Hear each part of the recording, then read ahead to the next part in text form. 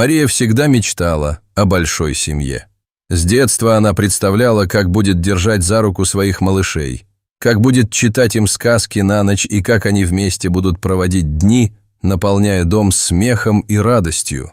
Она представляла, как в их доме всегда будет звучать музыка, а на кухне будут пахнуть свежие выпечки и варенье. Когда она узнала, что ждет близнецов, ее счастью не было предела. Сразу же после того, как тест показал 2 полоски, Мария бросилась к Андрею с радостной новостью, и они вместе начали смотреть в будущее, полные мечтаний о своих 2 прекрасных мальчиках – Максима и Ивана. Пока Мария была беременна, она с энтузиазмом начала готовиться к появлению детей. Они вместе с Андреем обустраивали детскую комнату, выбирая яркие обои, мягкие игрушки и удобные кроватки. Они прочесали магазины в поисках идеальных детских колясок, одежки и всего необходимого для новорожденных. Каждое утро они обсуждали, как назовут своих сыновей, и придумывали их забавные прозвища. Кого-то из близких они уже подругам определили о будущем семейном счастье, и все они спешили их поздравить. Первые дни после родов были настоящим праздником. Мария и Андрей радовались каждому моменту с их новорожденными, делая фотографии и довольные их прогрессом. Улыбка Максима была такая яркая, а улыбка Ивана такой беззубой и трогательной. Маленькие ручки тянулись к родителям, когда они принимали их на руки. Каждое утро начиналось с трепетного взгляда на двойной манеж, где оба малыша исследовали мир. Мария чувствовала, что жизнь только начинается. Однако через неделю после выписки из роддома жизнь семьи резко изменилась. На очередном осмотре педиатр, внимательно изучив результаты анализов, сообщил Марии и Андрею ужасную новость. У одного из близнецов, Максима, был диагностирован диабет. Это известие было как гром среди ясного неба. Как такое могло произойти? У них не было диабетической истории в семье, и они не могли поверить, что их маленький сын, которому всего лишь неделя, уже столкнулся с такой серьезной болезнью. Мария была в слезах, ее мир начал рассыпаться под ногами. Андрей чувствовал, как его сердце разрывается от горя, когда смотрел на свое несчастное вайф. В тот момент, когда врачи ушли, они остались одни в кабинете, захваченные страхом и подавленностью. Что делать? Как бороться с этой болезнью? С каждым новым днем они пытались найти утешение в том, что им открывали. Они начали искать информацию о диабете, ни на минуту не оставляя мыслей о здоровье своего малыша. Стресс и паника затопили их, но вскоре они поняли, что должны собраться и искать решения, а не просто предаваться отчаянию. Находят множество статей о диабете, на околомедицинских сайтах они узнали о том, что их сыну потребуется постоянное наблюдение и специальные лекарства. Фотографии, которые теплым летом заполнили их сердце радостью, теперь резко контрастировали с реальностью, которую они теперь должны принять. Они понимали, что это будет долгий путь, полный изменений, но внутри них не сдавало желание помочь своему сыну. Тем не менее, после нескольких дней подавленности и страха, Мария и Андрей решили, что не могут сдаваться. У них было 2 замечательных малыша, которые нуждались в их заботе и любви. Они объединили свои усилия и начали изучать, как управлять диабетом. Уговорив себя, они записались на занятия по диабетологии, общались с врачами и другими родителями, которые сталкивались с подобными проблемами.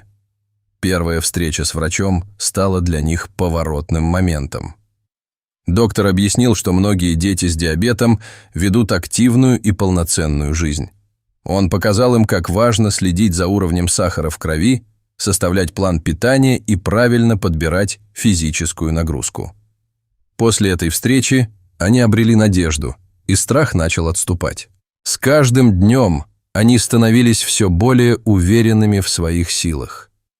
Адаптированный распорядок включал регулярное измерение уровня сахара в крови и создание сбалансированной школьной программы для запланированного питания.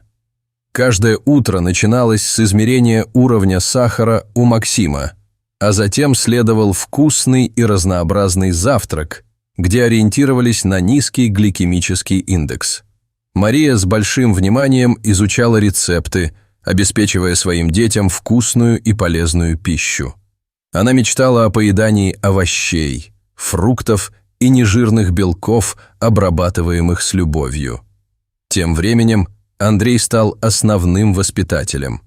Он часто брал их на прогулки, где Тесто наткнулся на прогулочные места, исследуя различные парки в их районе. Это дало им почувствовать радость, что даже в сложные времена совместные моменты были важнее всего. Несмотря на трудности, Мария и Андрей старались создать для своих детей атмосферу любви и поддержки, чтобы они всегда чувствовали себя в безопасности и счастливыми. Они внедрили в груз своей каждодневной рутины элементы игры. Вместе с Иваном они разрабатывали увлекательные занятия для Максима, которые помогали ему оставаться физически активным и поддерживали мужчину в его хорошем настроении. Иван стал кардиологом и поддерживал своего брата, больше узнавая о диабете и о том, как вместе с ним вести активный образ жизни. Они проводили дни на дворе, играя в футбол, собирая письма или строя песочницы, придуманной ими. С каждым мгновением поддержки братской любви становилось все крепче. На один из таких дней, о которых они никогда не забудут, Андрея спросили, не хочет ли он принять участие в благотворительном марафоне, чтобы собрать средства для детей с диабетом. Эта идея пришла к ним случайно, но они ее поддержали, понимая, что они могут не только помочь своему сыну, но и другим детям с аналогичными проблемами. Они начали готовиться к марафону всей семьей, делали зарядку, тренировали дыхательные упражнения и собирали команды. Подготовка к марафону стала для них настоящим приключением, где каждый находил свою роль. Иван и Максим с удовольствием бегали вокруг дома, подбадривая друг друга, а Мария помогала с разработкой здоровых закусок для участников. Наконец, самый долгожданный день настал. С утра они вспомнили о том, что вместе могут достичь всего. Это стало их семейным девизом. Семьям с детьми с диабетом собирались проводить праздник под открытым небом, где активно принимали участие дети и их родители. На марафоне их ждал сюрприз. Вместе с другими участниками они стали одним из символов борьбы с диабетом, показывая, что даже в самой трудной ситуации ни один ребенок не должен быть одинок. С каждым этапом марафона их поддержка друг друга росла, и лишь они понимали, что каждый шаг – это не только победа над болезнью, но и указание на то, что они могут справляться с проблемами вместе, строя будущее. В конечном счете Мария, Андрей, Максим и Иван добежали до финиша с огромной улыбкой. Это было время, насыщенное счастьем, гордостью и единством. Со временем семья научилась справляться с диабетом Максима. Они поняли, что хотя болезнь требует дополнительных усилий, это не определяет их сына. Максим рос активным и жизнерадостным мальчиком, а Иван всегда поддерживал своего брата, участвуя в его лечении и помогая ему. Они становились все ближе друг к другу, и их братская дружба становилась крепче. Они могли часами играть вместе, смеясь и придумывая новые приключения. Постепенно они начали расширять всемирное сотрудничество с друзьями и соседями, объединяя свои усилия в организации местных встреч поддержки.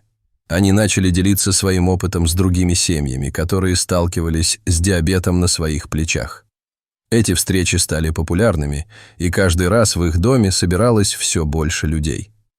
Одним из самых запоминающихся вечеров стал День открытых дверей, когда они решили пригласить всех знакомых, чтобы продемонстрировать свои достижения. Они подготовили различные активные игры для детей и не забыли о научной части. На столах были выставлены красочные буклеты с информацией о диабете и советами по его управлению. На удивление, многие соседи пришли не только с надеждой на советы, но и с доброй поддержкой. В конце концов, их жизнь пришла в норму, и, несмотря на все испытания, они стали чаще путешествовать и проводить время на природе.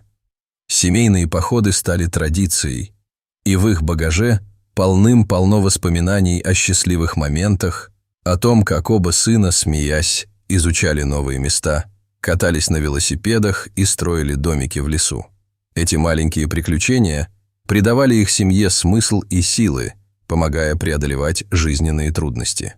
С каждым новым днем они принимали на себя новые градусы уверенности, и когда время шло, их дома, наполненные смехом, становилось еще уютнее. Каждое воспоминание о том, как они не сдавались, как поддерживали друг друга и справлялись с трудностями, придавало им сил и уверенности, что они могут справиться с любой жизненной бурей. Эта удивительная семья научила меня, что любовь и поддержка могут преодолеть любые трудности. Мы никогда не можем знать, какие испытания будут на нашем пути, но одно остается неизменным – счастье, которое мы можем создать вместе с близкими. Так что, дорогие друзья, если вас вдохновила эта история, ставьте лайк, подписывайтесь на канал, чтобы получать еще больше важных и вдохновляющих историй о любви и целеустремленности. Желаю всем вам счастья и поддержки в вашей жизни, и помните, семья и любовь могут сломать любые преграды.